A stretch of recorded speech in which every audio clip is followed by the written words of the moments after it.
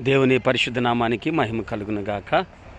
ప్రత్యేకించి ఈ దినము మరి లెంట్ 2వ దినములో చిన్న వాక్యాన్ని జ్ఞాపకం చేయటానికి మరి సమయంలో మీ ముందుకు రావటం జరిగింది.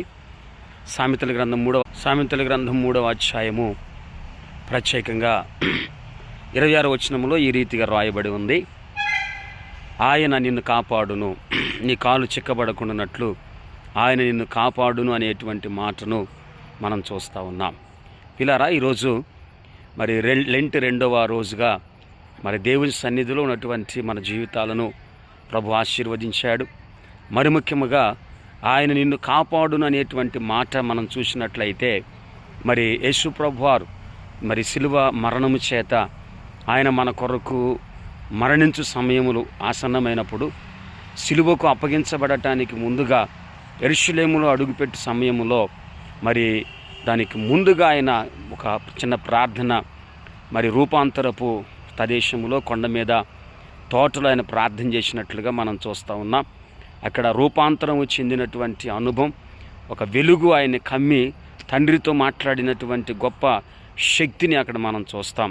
కన్నీటితో ప్రార్థన చేసి ఈ గిన్నె నా యొద్ద నుంచి తొలగించయ్యా, అయినను నీ చిత్తమే సిద్ధించునుగాక అని యేసు ప్రభువారు సెలవిచ్చినటువంటి మాటలతో మరి ఇక్కడ 3వ అధ్యాయం సామెతల గ్రంథం 26వ వచనంలో ఆయన నిన్ను కాపాడును, ఎలాగైతే తన కుమారుని ఎలాగైతే తండ్రి కాపాడాడో మరి ఈరోజు శిలువ ధ్యానపు అనుభవంలో ఉన్నటువంటి మన జీవితాల్లో యేసు ప్రభువారి నిమిత్తమై శ్రమపడిన, బాధపడిన, హింసపడిన, కష్టమైన, నష్టమైన, వేదనైనా ఏమైనా సరే నువ్వు భరిస్తున్నప్పుడు, ఆ విధానములో నువ్వు కొనసాగించబడుతూ ఉన్నప్పుడు కొట్టుమిట్లాడుతూ కన్నీటితో మరి దేవుని పాదాల దగ్గర ఏంటి నా జీవితం, ఏంటి నా బ్రతుకు అని ఈ లెంటి దినాల్లో దేవుని పాదములు పట్టుకొని ప్రార్థిస్తూ ఏడుస్తున్నటువంటి ప్రియ దేవుని సహోదరుడా, కంపల్సరిగా ప్రభు నిన్ను కాపాడతాడు.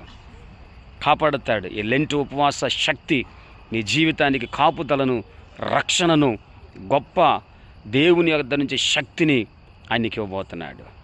కాబట్టి మరి ఈరోజు ఆశ్రయని జీవాహారముగా 3వ అధ్యాయం సామెతల గ్రంథం 26వ వచనం చదవండి. అలాగే ఈ యొక్క లైవ్ బెంగళూరులో మరి ఈసీసీ సెంటర్ నుంచి మీకు అందించడం జరుగుతూ ఉంది.